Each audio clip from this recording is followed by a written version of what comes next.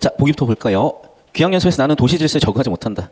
인물의 성격이라고, 성격 요소. 나는 고향을 도시와 대립된 공간으로 인식하고 고향이 이상, 고향에 관한 기억 왜곡. 그러니까 보통 이래. 그러니까 뭐냐면 사실은 기억은 항상 미화가 된대요. 그러니까 인간이 시간이 지나잖아. 안 좋은 기억들은 다 있고 좋은 기억들을 남기니까만 살아가겠죠. 그렇게 이제 두뇌 속에서 정보 처리를 하나 봐. 그러니까 지금도 생각해 보면 진짜 제가 군대 있을 때 정말 개 지옥 같았거든. 근데 다시 가라면 갈 수 있을 것 같다. 미쳤나 봐. 왜? 미화가 된 거야 어느새. 중학교 때도요 진짜 지랄 같았거든. 근데 돌아가라면 돌아갈 수 있을 것 같아. 아, 우리 중학교는 장난 아니었어 여러분. 여러분 때랑 많이 달라. 우리 중학교는 일단 이제 조폭들이 중학교 1학년 때부터 이제 스카우트 하려고, 아 진짜야, 싫어. 그래서 중3 정도 되면 조폭에 가입한 애들이 있었어요. 근데 걔네들은 좀 완전 잘 나가는 일진들이니까 안 건드려. 그런데 이제 꼭 1.5진, 2진, 약 3진들이 진짜 정말 나대는 게 너무 꼴보기 싫어요. 아무튼 그래서 좀 많이 싸우기도 해서 그랬었는데, 아무튼 뭐 지금 그 시절의 트라우마를 떠올려 보면 그냥 덤덤한 게 아마 이런 거 아닐까 싶어요. 더군다나 봐봐, 지금 나의 현재의 문제가 크잖아. 그럼 사람들은 좀 그런 기억 왜곡을 하나 봐. 과거가 해결 방법이었다 이런 생각도 하나 봐요. 그러면서 어떻게 돼? 후니아의 대를 해보니까 이제 깨달아진 거죠. 자, 왜 이 서사와 주제를 여기다 냈을지도 생각을 해보라고. 여러분이 자꾸 현실을 살다 보면 저 포함 도피하고 싶은 순간들이 와요. 하지만 그게 아니라고. 노스텔지어는 우리의 극락은, 우리의 천국은, 우리의 이상향은 현재 지금 여기다, 이 얘기를 해주고 싶은 것 같다. 그리고 이 주제가 왜 재밌냐면, 우리 고3 지금 9월 되게 중요한 시험 쳤잖아. 여기서 문학 오답률 탑 1등이 주제가 이거예요. 거기도 뭐라고 나오냐 이거야. 자기는 지금 도서관에 살고 있는데 물이 너무 좋대. 그래서 나는 도서관에 살지만 좀 물에 가까이 살고 싶은 욕망이 있다. 그래서 나는 지금 사는 곳과 내 이상이 다르다. 이런 생각을 했다는 거야. 그런데 세계 지도를 보고 깨달았대. 어때요? 세계 지도를 보니까 바다가 훨씬 많잖아. 보니까 결국 육지는 육지가 아니라 바다에 떠있는 배 같은 존재구나. 더군다나 봐봐, 제주도 같은 건요 보이지도 않아. 무슨 얘기야? 육지가 아니라 실상은 바다에 떠있는 것 같다는 거지. 내가 있는 곳이 사실상 물과 다를 바 없네? 라고 깨달았다는 거야 그 사람은. 이해됐어? 그게 주제거든. 그래서 약간 그런 맥락이 있는 거죠. 이해됐니? 즉 이상과 현실이 다르지 않다, 이런 인식을 하고 있다. 그렇게 한번 읽어보자. 처음부터 가봅시다. 녀석에게 고향을 배워주겠노라 약속해놓고도 막상 그것을 쉽게 생각해 막연하게만 했다. 무슨 얘기야? 이게 아마 아까 그 나왔었던 친구 누구냐 얘? 훈이. 짱구네 훈인가? 자, 훈이. 그러면 초반부의 인사비 세팅인데, 녀석에게 고향을 배워주겠노라. 훈이한테서 고향에 대한 정보를 다시 한번 듣는 거죠. 생각이 실마리 쉽게 잡히지 않았고 어머니가 돌아가신 후 20년 동안 한 번도 안 가봤던 그런 곳이야. 하나같이 기억이 희미했고. 저도 그런 것 같아. 제가 한 초등학교 들어오기 전에 원래 이제 창원에 살다가 천안으로 이사를 갔거든요.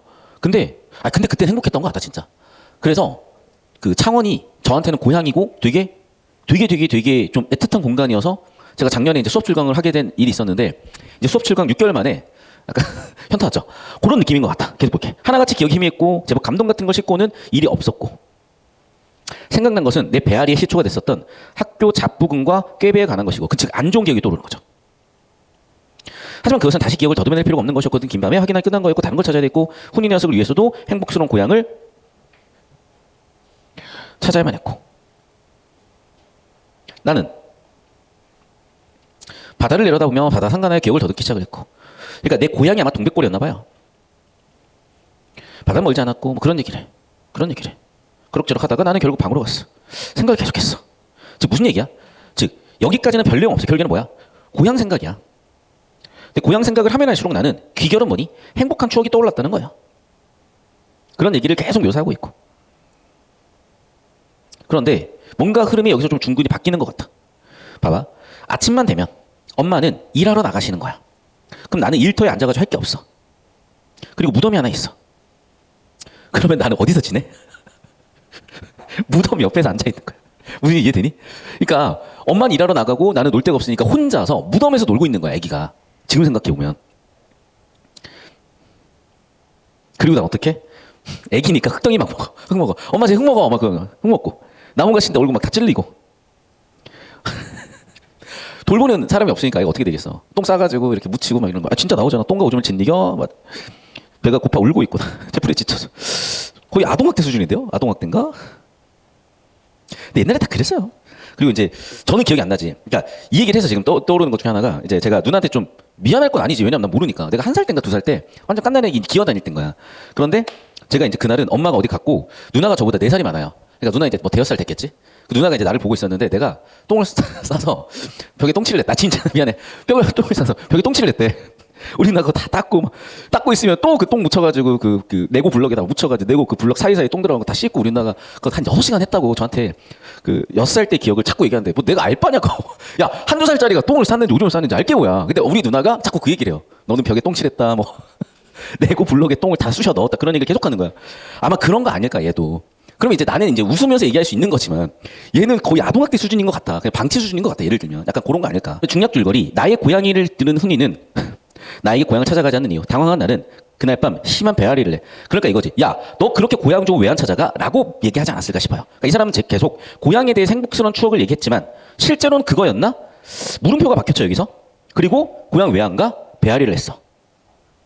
생각을 해보니까 뭐야? 여기서 깨달은 거죠. 아, 사실은 나는 착각을 하고 있었구나. 뭐라고? 고향이 이상이었다고. 하지만 실제는 뭐니? 고향도 이상이 아닌 거죠. 그럼 결국에는 나는 어디에 살아야 돼? 현실에 살아야지. 서울 가서 살아야지. 이런 얘기를 한 거예요. 그래서 난 어떻게 생각하겠대? 나를 그토록 힘들게 만든 것이 서울이라면 서울 때문에 내가 그렇게 힘들었어? 아마도 서울 쪽에 뭔가가 있겠지. 그러면은 문제 해결도 어디에 있을 거다? 서울에 그 뿌리가 있을 거다. 서울 가서 뿌리 뽑자. 그래서 친구는 만류하죠. 자, 그럼 봐봐. 이 사람은 지금 어딘가에 있나 봐. 즉 서울이 있고 동백골이 있나 봐. 동백골은 고향이고 추억이 미화된 곳이야. 서울은 현재 있었고 나의 괴로움의 이유인 것 같아. 그런데 이 괴로움의 이유 때문에 지금 나는 여기에 와서 그게 동백골인가라고 탐색을 해봤으나 아니라는 거야. 왜? 결국 얘도 미화됐다는 거죠. 해결 방법은 뭐야? 결국 서울에 가서 해법을 찾아야 되는 거죠. 정리하면 순서는 이렇게 되겠죠. 그러면 1. 지금 이 사람은 서울에서의 문제점을 깨닫고 2. 성찰하는 과정에 고향인가 했다가 그게 추억 무야였구나라는 걸 깨닫고 4로 갔다는 겁니다. 필기 잘 해두십시오. 얘들아 이거야 항상. 그러니까 저도 되게 비슷한 상황에 지금 놓여 있어요. 인생은 정말 끝도 없는 수도 없는 선택의 연속이야. 그 선택은 굉장히 여러분을 괴롭게 만들어요. 그래서 여러분 인생 살면서 그렇게 자꾸 불확실성이 많은 인생은 안 사는, 그러니까 불확실성 많은 인생은 불확실성을 줄이거나 아니면 불확실성이 없는 인생 쪽으로 가거나 아니면 불확실성 상황에서 선택들을 잘 하셔야 되겠죠. 그런데 여기서 얘기하는 것도 마찬가지인 거야. 자신의 불확실성, 자신의 문제 해결 어떻게 할지에 대한 고민을 계속 하고 있구나. 결국에는 그 성찰의 끝에 올바른 선택 또는 자기한테 유의미한 선택을 했겠죠. 그래서 뭐래? 어릴 적 일들이 터무니없는 요소를 부린다는 거는 내가 착각을 하게 됐다. 미화가 되었다. 이런 얘기겠죠. 그래서 나의 해결 방법은 뭐라고? 그래. 현실을 현실대로 무디쳐 해결해야 되는 게 그 용기가 해법이라는 거죠. 또 동시에 그래. 고향은 미화된 추억체로 놔두자야. 왜? 그러면 가끔씩 힘들 때 고향에 대한 추억이 위로가 될 수 있으니까. 그러면서 자신에 대한 내 진짜 얼굴, 즉 성찰을 끝낸 것이죠. 성찰 끝에 나는 어디서 해결해야 돼? 서울 가서 해결하겠다. 자, 이렇게 좀 쉽게 읽을 수 있었던 이유는 고1 교육청이기도 하고 45번에 보기가 있기 때문이기도 해. 고2, 고3이 되면 특히 문학작품 같은 경우에는 난이도가 많이 올라가고 유형이 많이 바뀌거든요. 오히려 독서는 지금 수준이 되게 비슷해 보여. 그래서 여러분 공부하시면서 학습하시면서 좀 느낄 부분인데 일단은 지금 수업 잘 듣고 정리하시고 내신 대비도 하셔야 되겠지만은 점차적으로 수준이 올라간다고 생각을 하셔야지 똑같다고 생각하시면 안 돼요. 그러니까 수학하고 좀 달라. 이제 수학은 여러분 중학교 1학년 때 배웠던 1차 방정식에 비하면 중3 때 배웠던 2차 방정식이 훨씬 복잡하고 고1 때 배우는 3차 이상의 9차 방정식이 훨씬 복잡하니까 이게 수준과 단계가 되게 분명해지거든요. 그러니까 여러분은 어느새 기대를 하고 있어. 준비를 하고 있어. 난이도가 올라갈 거라는 걸. 복잡해질 거라는 걸. 근데 국어에서는 그냥 내용 일치 대충 하면 풀리니까 자꾸 그걸로 해결하려고 하는 게 문제가 될 수 있다는 겁니다. 자, 43번 계속해서 볼게요. 나는 어머니가 돌아가신 후에 동백골에 가지 않았다. 아까 그런 내용이 대략 나왔던 것 같은데 제가 정확하게는 확인이 안 돼서 이건 나중에 좀 확인해 볼게요. 2번. 자, 나는 훈이랑 뭔가 얘기를 하는 과정에서 나랑 훈이랑 생각 차이는 뭐예요? 나는 그렇지. 고향이 행복하다고 생각을 하고 훈이는 그게 아니라고 생각을 하고 있잖아.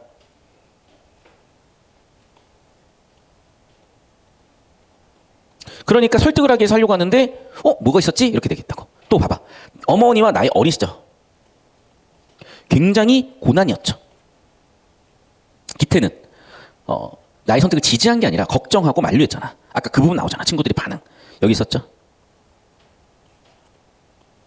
보였니? 그러니까 중요한 사건 중에 하나였으니까 잡아놨고 역시나 그 선지를 물어보고 있네. 따라서 선택 지지가 아니라 걱정 만류했죠. 그러니까 봐봐 얘들아. 이걸 4, 5번을 세트로 물어봐 본 거야. 출제자들은. 그러니까 선지 하나하나를 OX도 해야 되겠지만 특히 이렇게 두 개 선지, 특히 4, 5번 선지를 대립적으로 묶어놓고 여러분한테 어찌 보면 힌트가 될 수 있는 선지 구성이 되기도 하거든. 그러니까 4, 5번 둘 중에 답일 수밖에 없잖아요. 이해됐니? 즉 서울을 지지했는데 동백꽃을 지내라고 할 수는 없는 거잖아. 그러니까 논리적으로 모순 났으니까 정답은 4, 5번 중에 나오겠구나. 이런 느낌으로 가는 게 훨씬 유리했던 거지. 1번 하겠다고 왔다 갔다 2번 왔다 갔다 3번 왔다 갔다 만약에 답 잘못 찾아버리면 터져버리잖아. 그러니까 여러분 큰 주제 흐름을 잡고 쭉쭉 처리해 나가다가 정답 선지 집중하는 이런 느낌으로 접근하셔야 됩니다. 자, 44번 볼게. 기억과 니은에 대한 설명. 나는 기억과 니은에서 경험을 동일시하고 있다. 화산마을 옆 넓은 바다. 자, 일단은요. 기억 잘 들어. 이건 되게 중요한 팁이다. 필기해라. 밑줄 있으면 일단 밑줄 앞뒤에서 근거를 찾으셔야 돼요. 밑줄 앞뒤에서. 그럼 봐. 기억의 밑줄 앞뒤를 보면 어때? 좋았던 기억이요. 특히 니은 봐봐. 행복스러운 추억이야. 자, 기억은 다시 한번 보니까 어때? 흐릿해요. 자, 그럼 44번 볼게. 이게 지금 기억과 니은이 동일시인가? 의도를 잘 모르겠어. 동일시라는 의도를. 무슨 얘기냐? 내 고향이라는 측면에서는 동일시는 되죠. 그런데 이 사람은 고향에 대해서 되게 좋았던 추억 미화된 감정도 있으나 한편으로는 고생했던 감정도 있는 거거든. 그런 측면에 또 차이점이 있을 수 있어서 이건 좀 판단의 준거가 없다고 봐야 돼. 2번 선지. 기억을 바라보면서 나의 행동을 후회한대요. 왜? 이 사람이 지금 과거 일을 후회하고 있어요? 아니야. 과거 일에 대해서 고향에 대한 자신의 판단을 다시 한번 확인하고 있지. 3번. 기억에서 벗어난 뒤 니은에 관한 나의 생각이 선명해진다. 다시 잠깐 돌아볼게요.